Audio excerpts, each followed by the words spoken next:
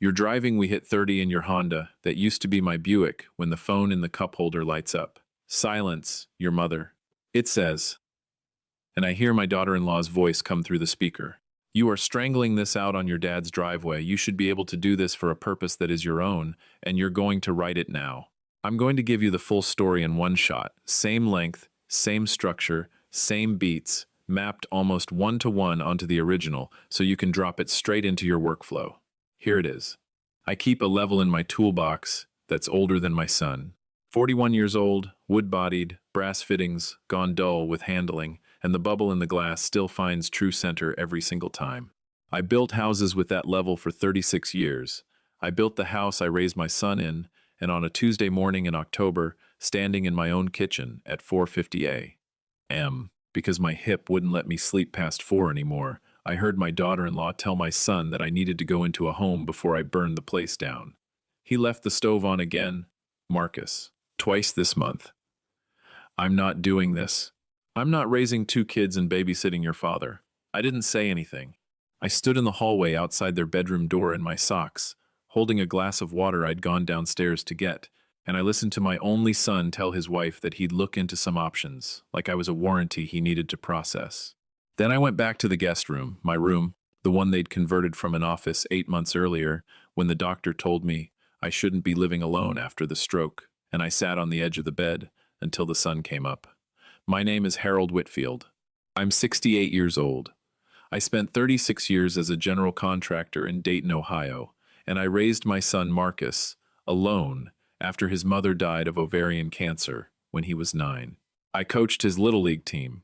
I sat up with him the night before the SAT, quizzing him on vocabulary words I had to look up myself. I paid for his wedding to Denise outright, no loan, because I wanted him to start his marriage without debt hanging over his head the way it had hung over mine. 8 months before that October morning, I'd had a stroke. Minor, the doctor said. All things considered, I kept most of my speech, most of my strength on the left side came back within weeks. But my balance never fully returned, and my doctor didn't think I should be alone in the house I'd lived in for 30 years. Marcus didn't hesitate. He drove up from Columbus the same week, packed my bag himself, and told me I was coming to live with him and Denise and the kids. I remember standing in my own driveway watching him load boxes into his truck and thinking that whatever else had gone sideways in my life, I had raised a good man. I was wrong about the timeline. I wasn't wrong that he'd once been a good man. I think he still believed he was one, right up until the day I found out otherwise. Before I get into it, I want to say something to whoever's watching this. Wherever you're tuning in from tonight, I'd like to know. Leave it in the comments. Your city, your state, doesn't matter. I read everyone. I want to know who's sitting with me for this. A small note, same as always, this story has been shaped for the telling. Some details are changed, but what it's carrying, I think, is real enough to matter. The stove thing wasn't even true. I want to say that plainly, because it matters for what comes later. I had left a burner on low once, back in March, and Denise had found it and made a small production of it in front of the kids, and after that, every time so much as a coffee pot got left plugged in, it became, Harold left the stove on again. I stopped cooking in that kitchen after the second time she brought it up. I ate cereal in my room some nights rather than risk giving her more material. That's the kind of thing that happens. Slow. You don't notice a room getting smaller while you're standing in it. You just notice one day that you're pressed up against the walls. The home Denise wanted to send me to Brookhaven Senior Living, 40 minutes north, wasn't a bad place, as those places go. I looked it up myself once I understood what was being discussed behind that bedroom door. Clean reviews, decent staff-to-resident ratio, a memory care wing I didn't need yet but which existed, presumably, for later. $6,200 a month. I did that math walking around the block that morning before anyone else woke up, my cane tapping the sidewalk. October cold enough that I could see my own breath. Here's what I knew that Marcus didn't think I knew. I had that money. $6,200 a month was not the problem. I had built a business over 3.5 decades. Sold it 2 years before my stroke to a younger contractor named Ray Delgado for $410,000. And between that and 30 years of steady saving, I was sitting on just under $1.1 million spread across 2 brokerage accounts and a money market fund. Marcus knew the broad shape of it, knew his father hadn't been careless with money, but he'd never asked for a number, and I'd never volunteered one. My late wife, Carol, used to say I held my cards too close, even with family. She wasn't wrong about that either. What I didn't know, what I found out.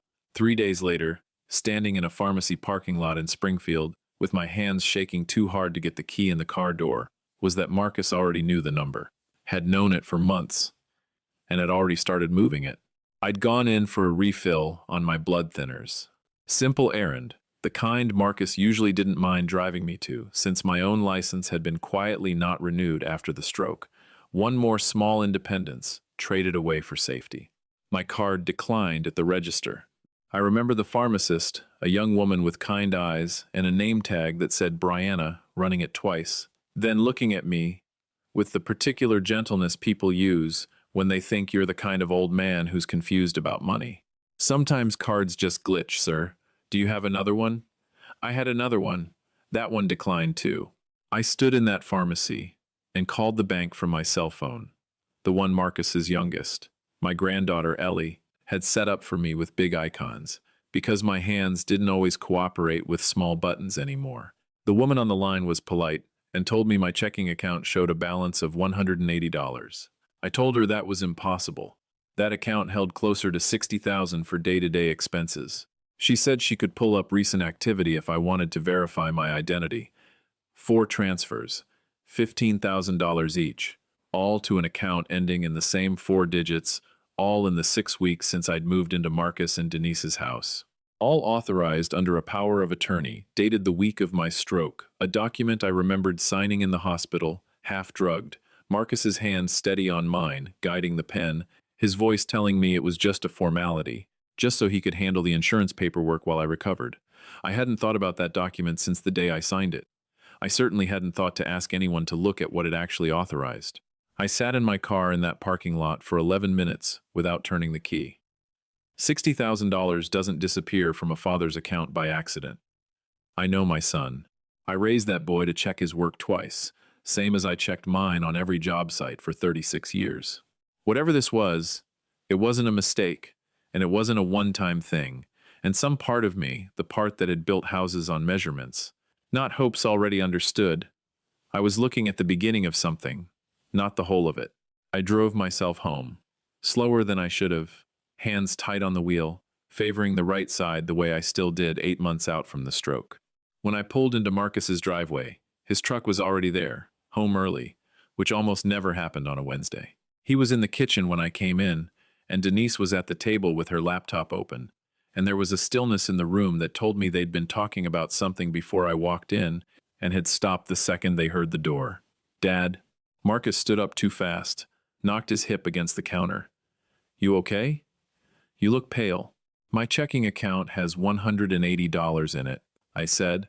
I set my keys on the counter very deliberately, the way I used to set tools down when I wanted a crew to understand I was done being patient. There were 4 transfers, $15,000 each. I'd like you to explain that to me. I watched my son's face do something I'd never seen it do before. Not surprise if it had been surprise, if he'd looked confused and started making calls to the bank right there in the kitchen. I think a different version of this story gets told. What I saw instead was calculation, a fast, silent process behind his eyes, the look of a man doing math on how much he needed to admit to versus how much he could still keep buried. I was going to talk to you about this, he said. I should have talked to you about this already. I'm sorry, Dad, things have been tight. The restaurant. I told you the numbers were rough this year. I just didn't want to worry you on top of everything else. Marcus and Denise owned a mid-sized Italian place off Route 4, Bellamora, the kind of restaurant with cloth napkins and a wine list that took itself seriously. I'd eaten there a dozen times.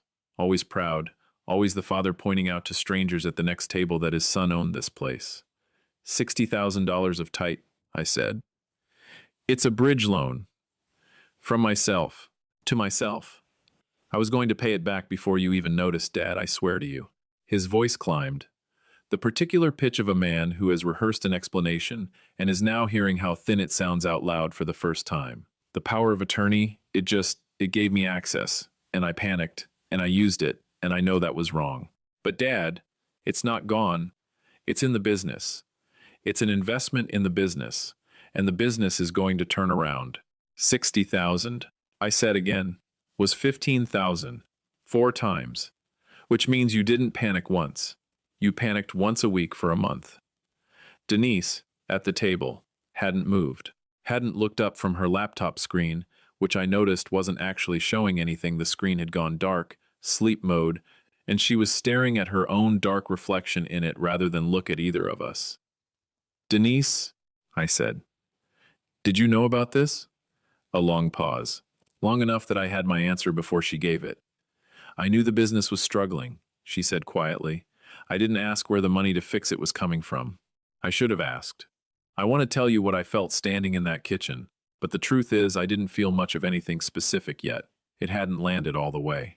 $60,000 is a number, and numbers are things I've worked with my whole life without much emotion attached to them. You measure twice, you cut once. You don't get feelings about a tape measure. What I felt instead was a kind of cold clarity, the same feeling I used to get walking a job site and finding a load-bearing wall someone had framed wrong. Not panic, just the recognition that something structural had failed, and now I needed to find out how far the failure went before I could think about fixing anything. I want to see the power of attorney document, I said.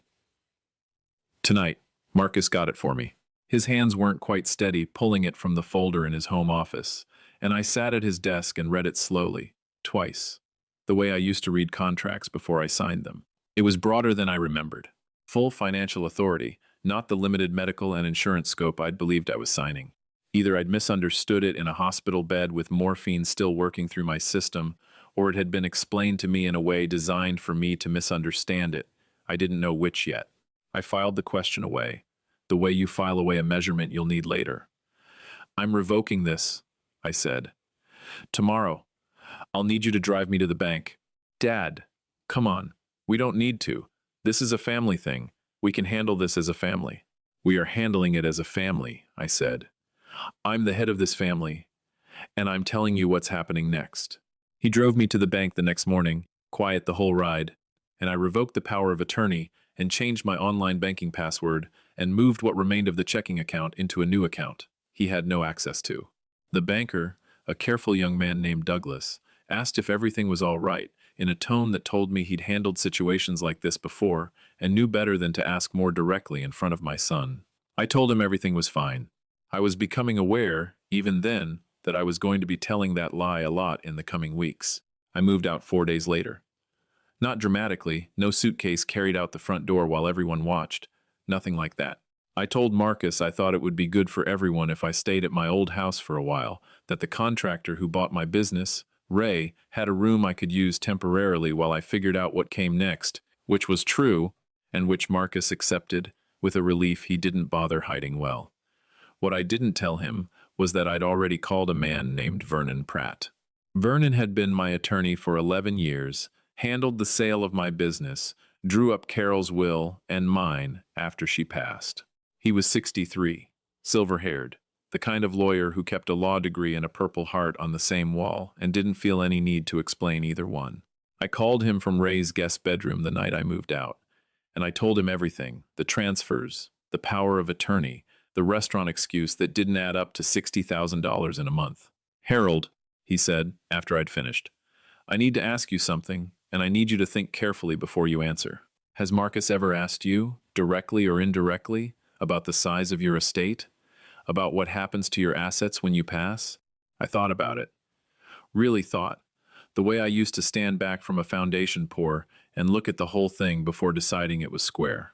6 months ago, I said slowly, before the stroke, he asked if I had a will, asked if I'd thought about simplifying things so it would be easier on everyone later. I thought it was thoughtful. I thought my son was being responsible. And after the stroke?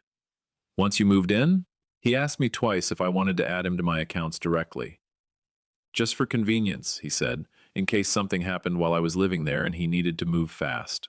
I felt something shift in my chest as I said it out loud, the sentence landing different than it had the 2 times he'd actually spoken it to me.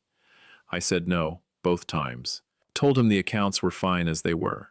Vernon was quiet for a moment. Harold, I want to pull some records tomorrow.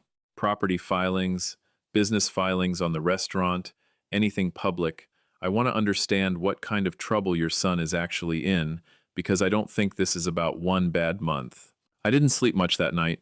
I lay in Ray's guest room, in a house that used to be a job site of mine 20 years back, before the family who owned it sold it, and Ray bought his own place nearby. And I thought about a Sunday, 4 years earlier, before Carol died. Before any of this, Marcus and Denise over for dinner, Marcus asking, seemingly out of nowhere, whether I'd ever thought about what my house on Belmont was worth on the current market. I'd laughed it off. Told him it wasn't going anywhere. He'd laughed too, said he was just curious. Said a guy at the restaurant did property appraisals, and it had gotten him thinking. 4 years. Some fires get lit a long time before you smell the smoke. Vernon called me 2 days later, and I could hear in his voice, before he said a word, that whatever he'd found wasn't small. I want you to come to the office, he said. This isn't a phone conversation. His office sat above a hardware store downtown, the kind of unglamorous space that told you the man inside was more interested in doing the work than performing wealth. He had a folder open on his desk when I walked in, thick, color-coded tabs sticking out the side. Bellamora is in worse shape than a rough year, Vernon said, sliding the top sheet toward me. 2 business loans, both in default as of last quarter. A UCC lien filed by a commercial lender in Franklin County 8 months ago. And this, he tapped a third document. 6 weeks before your stroke, Marcus took out a personal loan against his own house, your old house, Harold, against his and Denise's house for $40,000. The stated purpose on the application was business expansion. The lender's notes indicate the loan officer had concerns about the restaurant's ability to service the debt, but approved it anyway based on a stated additional income source. What income source? Vernon looked at me steadily. Expected inheritance. Marcus listed you and an expected inheritance in the high 6 figures as supplemental collateral justification on a loan application. 6 weeks before you had a stroke, Harold. I sat with that for longer than felt comfortable in front of another person. 6 weeks before, which meant either an extraordinary coincidence or my son had been managing his own financial collapse for months by leaning quietly and specifically on the assumption that his father's death or incapacity was a resource he could plan around. There's more, Vernon said, and his voice had gone careful in the particular way of a man about to say something he knows will hurt. I had my paralegal pull the appraisal history on your Belmont property. An appraisal was ordered 9 months ago, not by you. The request came through a title company, initiated by an individual named Curtis Lang. I don't know that name. He's a real estate agent. Works primarily in probate and estate sales properties that come onto the market because the owner has passed or entered assisted living. I made a call this morning. Curtis Lang and Marcus went to high school together. Still golf together twice a month, according to a mutual acquaintance I spoke with. Vernon closed the folder gently, like he was trying not to make more noise than necessary with something this heavy. Harold, I think your son ordered an appraisal on your house 9 months ago because he was already thinking about what happens to it. Before the stroke, before any of this had a reason to be on his mind at all, unless it had already been on his mind for a long time. I want to tell you I felt rage in that moment. I didn't, not yet. What I felt was the particular grief of watching a structure you built with your own hands turn out to have rot in a beam you never once thought to check, because you'd trusted the man who framed that section of the wall. I had built Marcus. I had built him the same careful way I built everything else in my life. Every measurement checked, every joint reinforced. And somewhere in the building, something had gone wrong that I never once inspected. What do? I said. Not really a question. More just something I needed to say out loud to make the next part feel real. First, Vernon said, we protect what's left. I want your remaining assets moved into a structure Marcus can't touch and can't easily discover an irrevocable trust. Established this week. Naming a neutral trustee.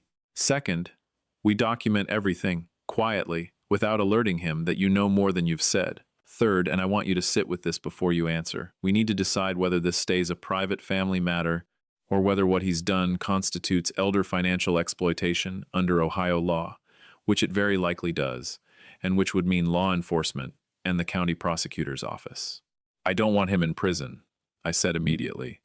The words came out before I'd finished thinking them, which told me they were true. He's still my son.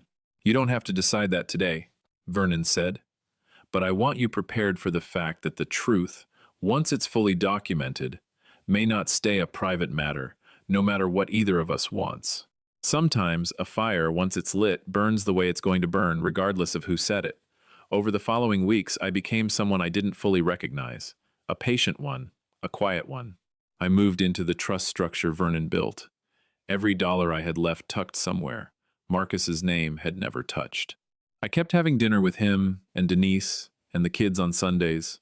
Same as always, sitting at that table, asking Ellie about her science fair project, and asking my grandson Tyler about baseball tryouts, while carrying, underneath all of it, the full architecture of what I now understood my son had built around me. I never once let it show on my face. 36 years of standing on job sites in every kind of weather teaches a man how to hold his expression steady when the ground underneath him has shifted. The turning point came on a Sunday in November, 3 weeks after I'd moved out. I'd come for dinner as usual, and Denise pulled me aside in the kitchen while Marcus was outside with the kids in the grill. "Harold," she said, and her voice had a tremor in it. "I hadn't heard before. I need to tell you something, and I need you to know I've been trying to find the courage to tell you for weeks."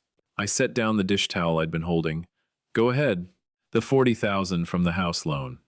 It wasn't the first time he's used your name for something like this." She was crying now, quiet, the kind of crying a person does when they've been holding something in for a long time and the dam finally goes. "2 years ago, before your stroke, he told a supplier at the restaurant that you'd co-signed on a line of credit. You never co-signed anything, Harold. He forged your signature on the guarantee. I found out by accident, going through paperwork for our taxes. I confronted him. He told me he'd handle it, that he'd pay it off before anyone found out, that you'd never need to know." She wiped her face with the back of her hand. "I let him convince me it was a one-time thing, a desperate decision under pressure. I told myself that because I didn't want to believe I'd married someone who could do that twice.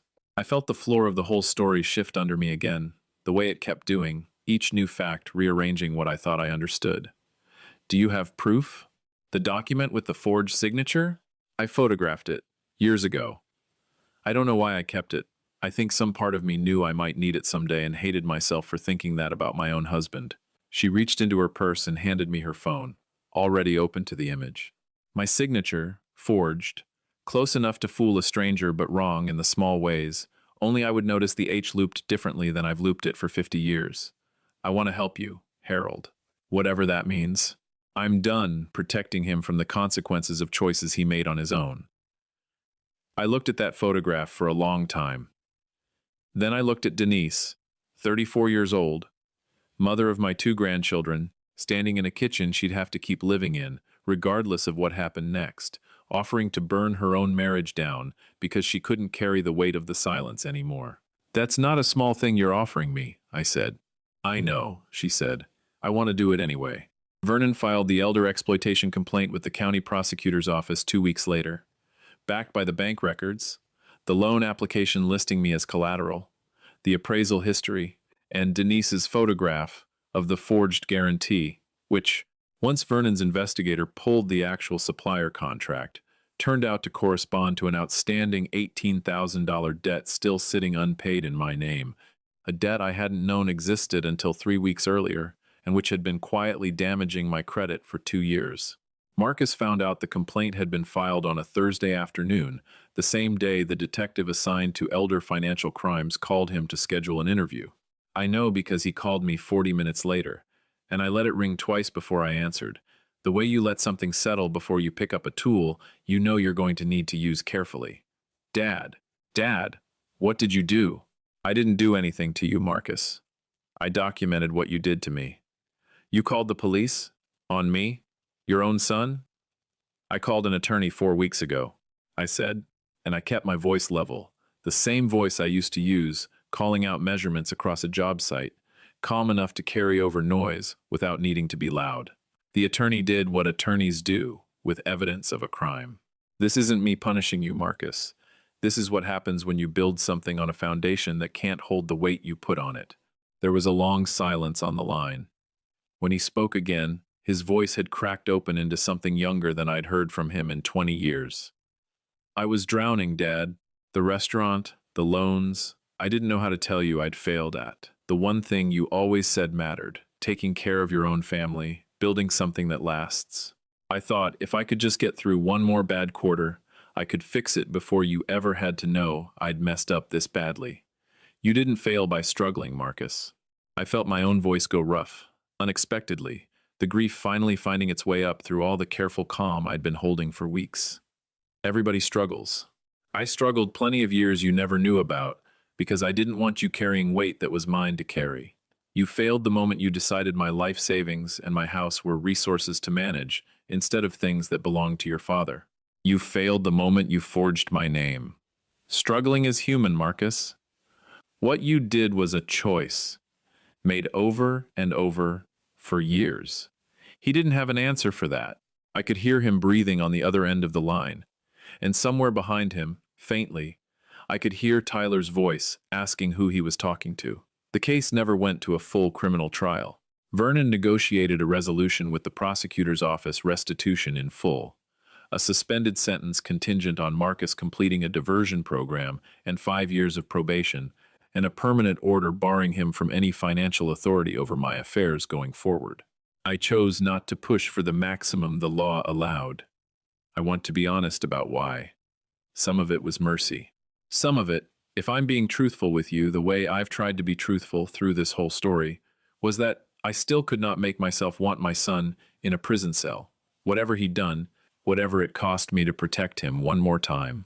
But I want to tell you about the last part of this story, because it's the part that mattered most to me, more than the money, more than the restitution. Tyler is 15 now. He was in the house the week everything came apart, old enough to understand most of what was happening, even though nobody explained it to him directly. About a month after the case resolved, he asked to come see me on his own, took the bus from Marcus's new apartment. Marcus and Denise separated 3 months after the complaint was filed, the marriage not surviving, what the truth had done to it, and showed up at Ray's front door on a Saturday afternoon, with his backpack still on. We sat on the porch, and he was quiet for a while, and then he asked me the question. I think he'd been carrying the whole bus ride over. Grandpa, if I ever have kids, and I ever do to them what Dad did to you, would you want me to tell you? Even if it made you feel like you'd failed at raising me? I looked at that boy for a long moment. 15 years old, carrying a question that most grown men never learn to ask. I'd want you to tell somebody, I said. Doesn't have to be me, if I'm not around by then, but somebody who can help you stop before it becomes something you can't undo. That's not failure, Tyler. That's the only thing that was ever going to save your father, if he'd done it himself instead of making me find out in a pharmacy parking lot. He nodded, and he didn't say anything else. And we sat on that porch until the sun went down, and it was enough. It was more than enough. I moved back into the Belmont house in January, 3 months after I'd walked out with nothing but a bag Ray helped me carry. Vernon finalized the trust the way I wanted it. Tyler and Ellie's education, fully funded, held independently until they're 25, untouchable by either of their parents. The rest, when I'm gone, goes to a fund Vernon and I set up together, named for Carol, providing legal assistance to elderly people in Montgomery County who find themselves exactly where I found myself that morning in the pharmacy parking lot, staring at a declined card and a life savings that had quietly become someone else's plan. Marcus came by the house once, back in February, sat in his car at the curb for a long time before he ever got out. I watched him from the kitchen window. When he finally did come to the door, he didn't ask for money, and he didn't ask for forgiveness in so many words. He just stood on the porch and said he was sorry, plainly, without excuses this time, and asked if he could see the kids at my house sometimes, on neutral ground, since things with Denise were still finding their new shape. I told him, yes.